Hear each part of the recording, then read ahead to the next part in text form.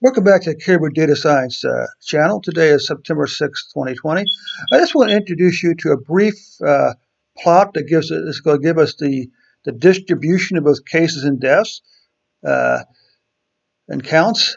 It's called a histogram. But first of all, let's just go and look up a histogram and see what the actual definition of it is. Histogram. A histogram is a graphical display of data using bars of different lengths.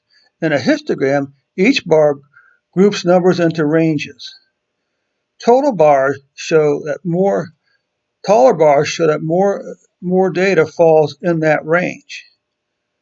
A histogram displays the shape and spread of continuous sample data. Okay, so what this is going to tell us is, let's just go in this run the plots and take a look and see what's going on here. Starting with deaths, DAT. Okay, good. So these are the deaths for the U.S. So the bottom line is the number of deaths, the range of deaths from 0 up to 5,000 deaths. Okay, this is the number of times that this number appears in this bar here. So sometime around, I don't know, 22 times there were 0 deaths reported. While over here at this 1,000 level, we've 1,000 is the most common number, interesting enough. And so that's what, 25 times we've had 1,000 deaths or more.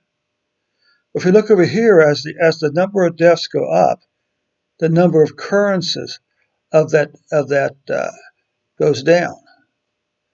And what can we learn from now? The cases is a bit more interesting. Once again, the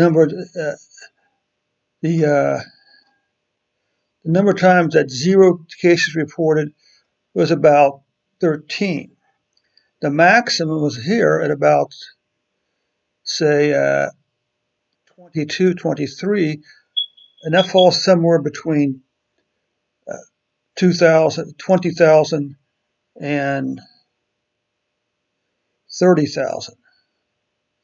So sometime around 25,000 times,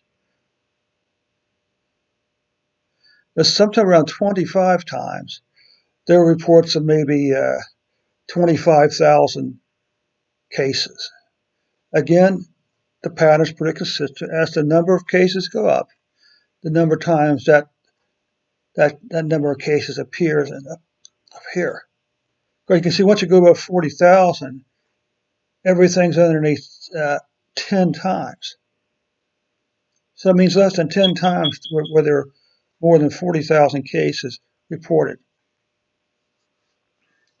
This is fairly interesting. I think what it does, it actually confirms, that what we're seeing in the daily, weekly data: declining cases, declining deaths. So hopefully this is helpful to you. And like I say, the plot's very, very simple. It's just simple. This is a very basic plot here. As you can see, this is the value. This is the x-axis value. This is the value we are actually counting. Okay, so anyway, this is it for histograms. Hopefully you'll find this to be helpful, and we'll catch up with you on the next report.